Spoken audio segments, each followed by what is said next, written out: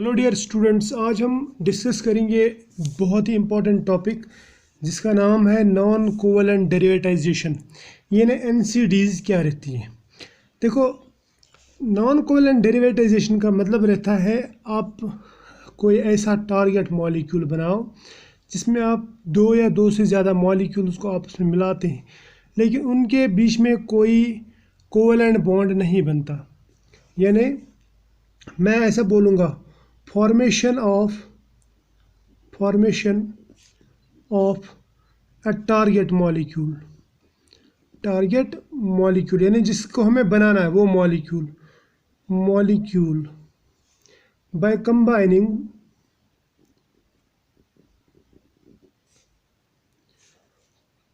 To और more molecules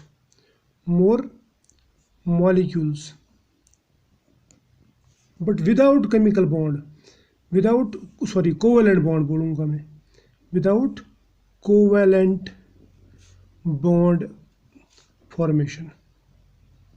यानी आप मॉलिक्यूल तो बना रहे हैं, एक टारगेट मॉलिक्यूल बना रहे हैं, आप दो मॉलिक्यूल या दो से ज़्यादा मॉलिक्यूल्स को आपस में जोड़ रहे हैं, लेकिन यहाँ पे कोई कोवेलेंट बॉन्ड नहीं बनता। मॉलिक्यूल्स जो बनते हैं ना वो कोवेलेंट बॉन्ड फॉर्मेशन से बनते हैं, लेकिन ये वाले जो मॉलिक्यूल्स आप बना रहे हैं ये आप कोवेलेंट बॉन्ड फॉर्मेशन से नहीं बना रहे। तो फिर यहाँ पे कौन सी बॉन्डिंग होती है? यहाँ पे हो सकती है आयोनिक बॉन्डिंग हो सकती है यहाँ पे, या फिर वॉन्डर वॉल्स बॉन्डिंग हो सकती है। मैं ऐसे लिखूँगा, van der Waals forces of attraction हो सकते हैं, ठीक है। या फिर आप हाइड्रोजन बॉन्डिंग करा सकते हैं, हाइड्रोजन बॉन्डिंग, राइट। या फिर आप पाई बॉन्डिंग बना सकते हैं, यानी पी पाई जिसको आप बोलते हैं पाई इंटरेक्शन, यानी एक पाई बॉन्ड दूसरे पाई बॉन्ड के साथ में इंटरेक्शन करेगा,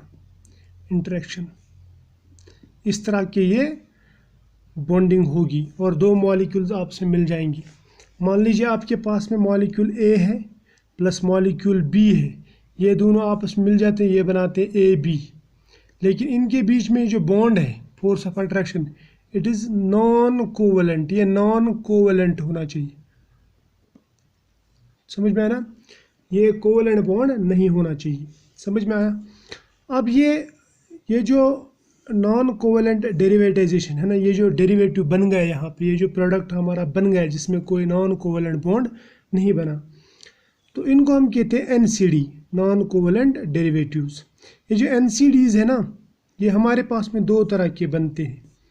या तो ये बनते हैं को-क्रिस्टल्स, क्या बनते हैं? को-क्रिस्टल्स। या फिर बनते हैं यूटैक्टिक।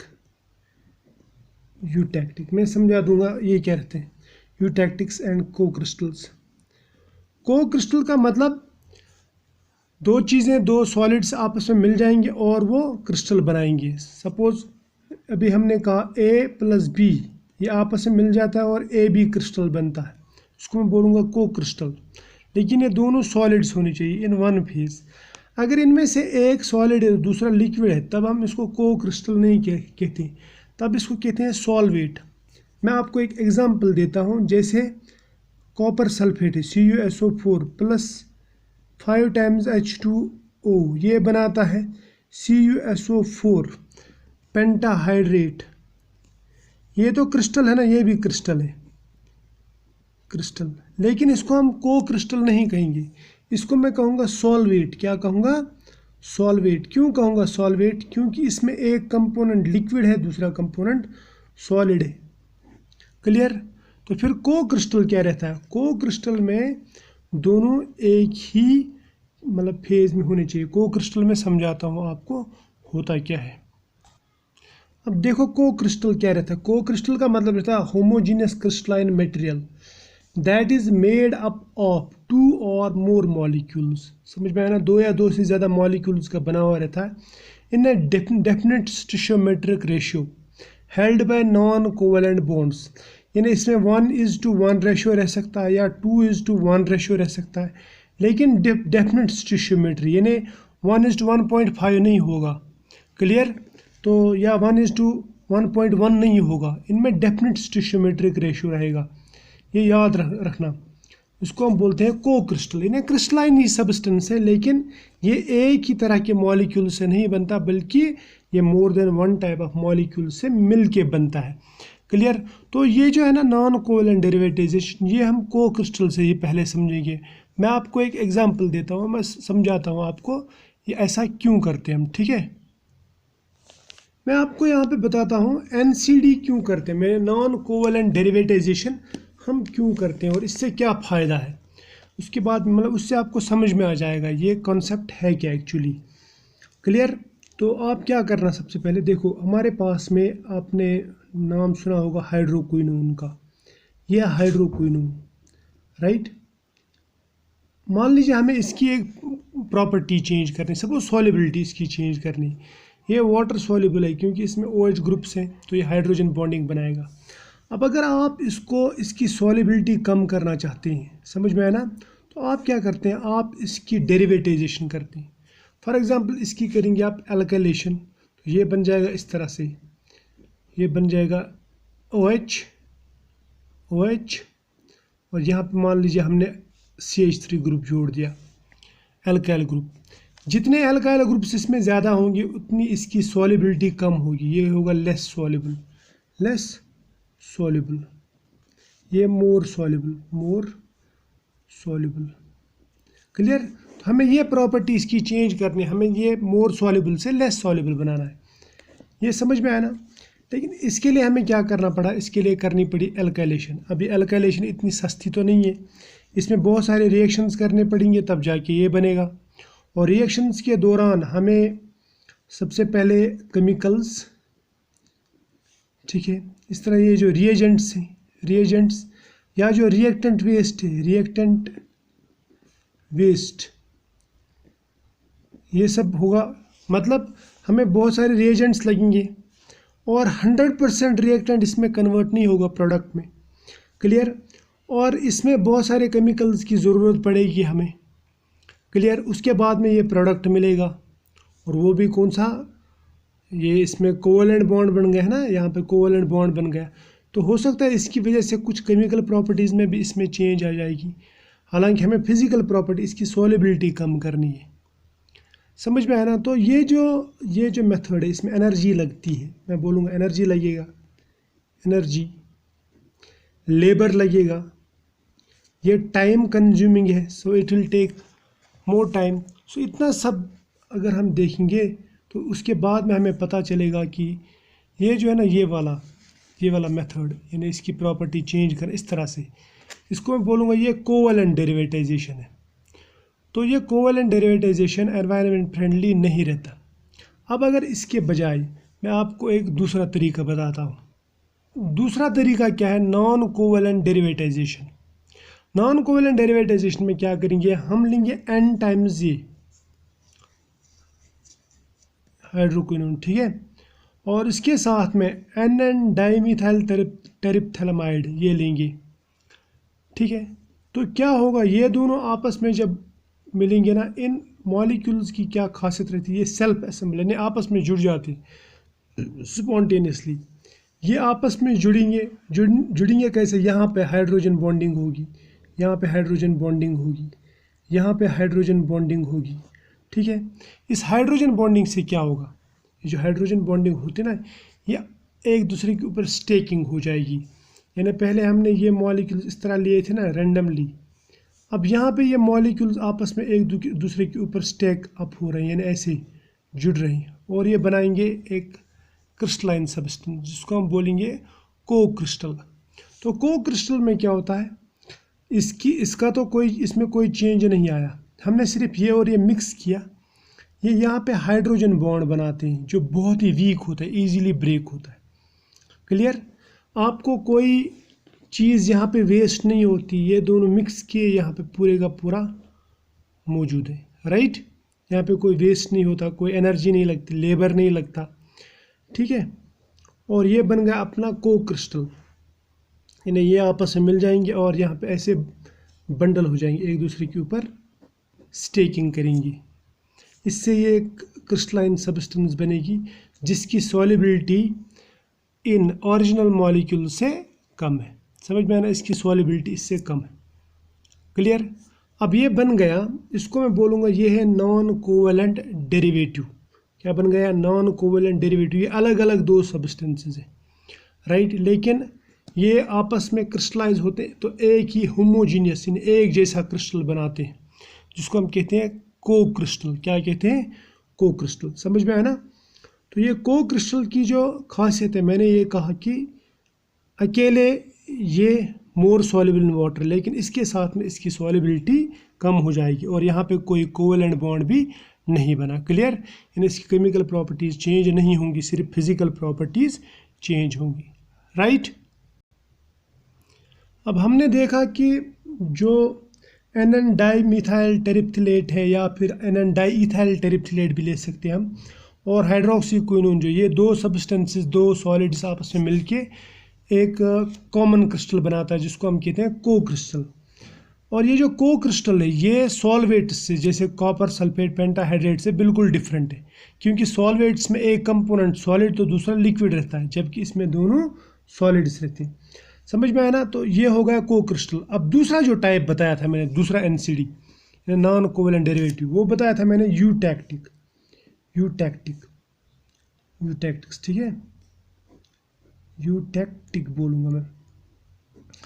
अब यूटैक्टिक मिक्सचर्स क्या रहते हैं? इनको हम बोलते हैं इजी मेल्टिंग मिक्सचर्स। आपने फेज डायग्राम्स पढ़ी होंगी, जैसे अगर आप लेड और सिल्वर मिलाते हैं, लेड प्लस सिल्वर Ag, तो होता क्या है, लेड और सिल्वर आपस में मिक्स करने से इसका भी मेल्टिंग पॉइंट कम हो जाता है, इसका भी मेल्टिंग पॉइंट कम होता है, और एक पॉइंट ऐसा आता है जिसका मेल्टिंग पॉइंट बहुत ही कम होता है, यानी दोनों से कम होता है। इस लोवेस्ट मेल्टिंग पॉइंट मिक्सचर को, यहाँ पे जो ये इसकी जो कंपोजिशन रहती है उसको हम कहते हैं यूटैक्टिक मिक्सचर। क्या कहते हैं? यूटैक्टिक मिक्सचर। और इस मेल्टिंग पॉइंट को बोलते हैं यूटैक्टिक मेल्टिंग पॉइंट। क्लियर। तो ये भी नॉन कोवेलेंट डेरिवेटिव है, यहाँ पे भी कोई कोवेलेंट डेरिवेटाइजेशन नहीं होती, ये भी होमोजीनियस रहता है, राइट। यूटैक्टिक मिक्सचर भी होमोजीनियस रहता है। अब ये क्वेश्चन बनता है कि एनसीडीज यानी नॉन कोवेलेंट डेरिवेटाइजेशन में यूटैक्टिक कहाँ पे बनेगा और को क्रिस्टल कहाँ पे बनेगा। देखो याद रखना, इफ़ डेल्टा एच, अगर एंथैल्पी चेंज डेल्टा एस यानी एंट्रोपी चेंज से ज़्यादा हो, समझ में आया ना, तो समझ लेना कि हम नॉन कोवेलेंट डेरिवेटाइजेशन में को क्रिस्टल्स बना सकते हैं। क्या बना सकते हैं? को क्रिस्टल्स। तो को क्रिस्टल्स बनेगी, तब यहाँ इसके चांसेस ज़्यादा होते हैं, इट विल प्रिडोमिनेट। लेकिन अगर डेल्टा एच डेल्टा एस से कम है तो तब क्या होगा? तब यूटैक्टिक एनसीडी बन सकता है, यूटैक्टिक एनसीडी, ठीक है। एनसीडी मतलब नॉन कोवेलेंट डेरिवेटिव। समझ में आया ना? क्लियर। या आप ऐसा भी बोल सकते हैं कि अगर कोई सब्सटेंस में कोई नॉन कोवेलेंट डेरिवेटिव बन रहा है, समझ में आया ना, और वो कैसा बनता है, उसमें नॉन कोवेलेंट बॉन्डिंग भी होती है, नॉन कोवेलेंट बॉन्डिंग ये भी होती है, प्लस उसमें साइज भी सिमिलर है। जैसे अभी हमने देखा था ना, हाइड्रोक्विनोन और एन डाईइथाइल या डाईमिथाइल टेरिप्थिलामाइड, उन दोनों का जो शेप है एक जैसा हो। समझ में आया ना? तो उसमें क्या होता है, उसमें गुड क्रिस्टल पैकिंग होती है, गुड क्रिस्टल पैकिंग,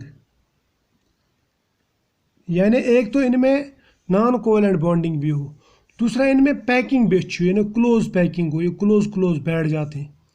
तो उस सूरत में हमें को क्रिस्टल मिलता है। क्या मिलता है? को क्रिस्टल। समझ लेना कि इसमें को क्रिस्टल बन गया, यानी को क्रिस्टल एनसीडी बन गया। अब अगर इसमें यह है नॉन कोवेलेंट बॉन्डिंग है, मैं इसको बोलूँगा if non covalent bonding is there, यानी नॉन कोवेलेंट बॉन्डिंग हो रही है लेकिन गुड क्रिस्टल पैकिंग नहीं होती, नो गुड क्रिस्टल पैकिंग ये नहीं हो सकता इसमें, ठीक है। यानी उनका साइज एक जैसा है, शेप आपस में मैच नहीं हो रही, उस सूरत में को क्रिस्टल नहीं बनेगा। उस सूरत में क्या बनेगा, उस सूरत में बनेगा यूटैक्टिक। यूटैक्टिक समझ में आया ना। यूटैक्टिक कहाँ पे बनता है, जहाँ पे पैकिंग अच्छी नहीं होती है।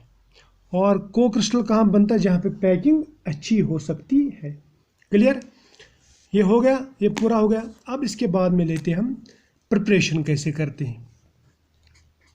प्रिपरेशन मैं लिखूंगा प्रिपरेशन ऑफ व्हाट, NCDs। देखो इसके बहुत सारे तरीके, बहुत मेथड्स हैं। जैसे मैं एक आपको बताऊं, कूलिंग क्रिस्टलाइजेशन जिसको आप कहते हैं, कूलिंग क्रिस्टलाइजेशन, कूलिंग क्रिस्टलाइजेशन से कर सकते हैं। ये भी एक तरीका है इसका। दूसरा स्लरी फॉर्मेशन है, ये एक तरीका है इसका। ठीक है। तीसरा भी एक तरीका है, जैसे इवोपरेशन। इवोपरेशन मोस्ट कॉमन है, इवेपोरेशन। ठीक है। इस तरह से वेपर डिपोजिशन वगैरह, चौथा वेपर डिपोजिशन। इस तरह से हम ये बना सकते। There are various methods for the preparation of non covalent derivatives. ठीक है। इस तरह से अगर आप यूटैक्टिक बनाना चाहेंगे तो ग्राइंडिंग से कर सकते हैं। ग्राइंडिंग में आपको सॉल्वेंट भी नहीं लगता। आप 2A+B को मिलाओ आपस में, उनको ग्राइंड करो तो आपको NCD मिल जाएगा, नॉन कोवेलेंट डेरिवेटिव मिल जाएगा। इस तरह से स्प्रे ड्राइंग है, पांचवा छठा spray drawing. These are some methods which are used for the preparation of non-covalent derivatives। अब हम इसकी लेंगे कैरेक्टराइजेशन। कैरेक्टराइजेशन कैसे करते हैं, इनकी कैरेक्टराइजेशन यानी आप कैसे पता लगा सकते हैं कि इनका स्ट्रक्चर क्या है, इनका मतलब एनालिसिस वगैरह कैसे कर सकते हैं आप। देखो एक है XRD। XRD का मतलब रहता है एक्सरे डिफ्रैक्शन। इसके ये जो XRD है ये हमारे पास में दो तरह की रहती है। एक रहता है सिंगल क्रिस्टल। एक्चुअली जो क्रिस्टलाइन सब्सटेंसेस रहते हैं ना, उनका हम स्ट्रक्चर निकाल सकते हैं सिंगल क्रिस्टल XRD क्रिस्टलोग्राफी से। लेकिन को क्रिस्टल्स का प्रॉब्लम ये है कि उनमें हमें अप्रोप्रिएट साइज़ का क्रिस्टल नहीं मिलता। इसलिए हम क्या करते हैं, हम इसमें यूज़ करते हैं PXRD। PXRD का मतलब रहता है पाउडर एक्सरे डिफ्रैक्शन, यानी हम इसका पाउडर लेते हैं और इसमें एक्सरे डिफ्रैक्शन कर सकते हैं। लेकिन पाउडर एक्सरे डिफ्रैक्शन का एक ड्रॉबैक भी है, हम इसमें डिफ्रेंशिएट नहीं कर सकते। वी कैनॉट डिफ्रेंशिएट बिटवीन को क्रिस्टल, मैं बोलूँगा को क्रिस्टल एंड सॉल्वेट। हमें पता नहीं लगेगा कि वेदर इट इज़ सॉल्वेट और को क्रिस्टल, तो ये थोड़ा मुश्किल है।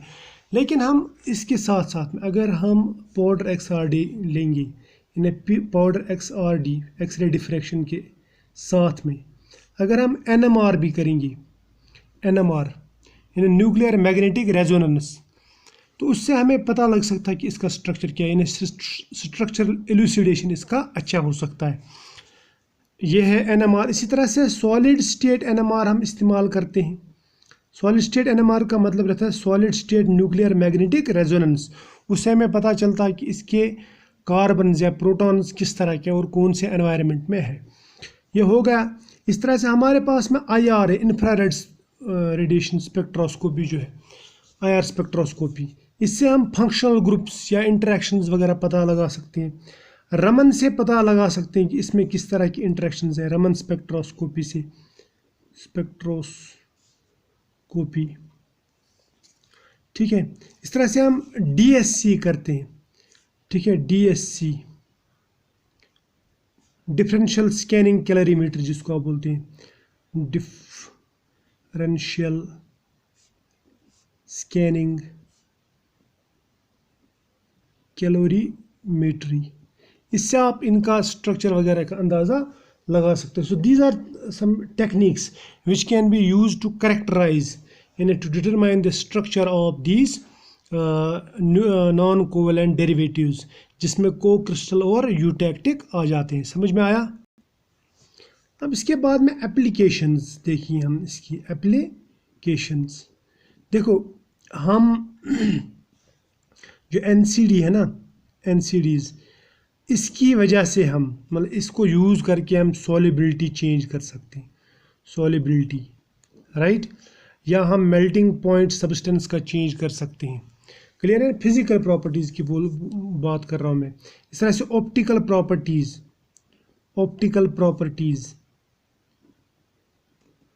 हम चेंज कर सकते हैं, या इलेक्ट्रिकल प्रॉपर्टीज़ हम चेंज कर सकते हैं।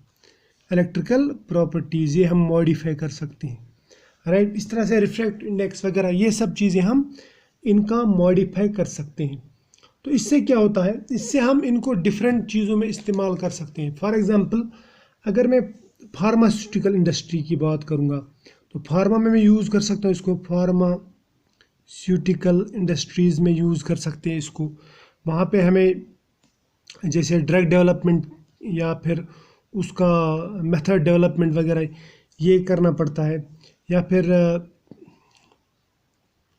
ड्रग्स का जो सॉलिबिलिटी है, या उनका जिस तरह ऑप्टिकल प्रॉपर्टीज़ या इलेक्ट्रिकल प्रॉपर्टी या मेल्टिंग पॉइंट वगैरह, या फिर बायो अवेलेबिलिटी यानी कितनी देर तक ड्रग बॉडी में रहेगा, ये सब चेंज करने के लिए, बायो अवेलेबिलिटी, सॉलिबिलिटी चेंज करने के लिए हम नॉन कोवेलेंट डेरिवेटाइजेशन का इस्तेमाल कर सकते हैं।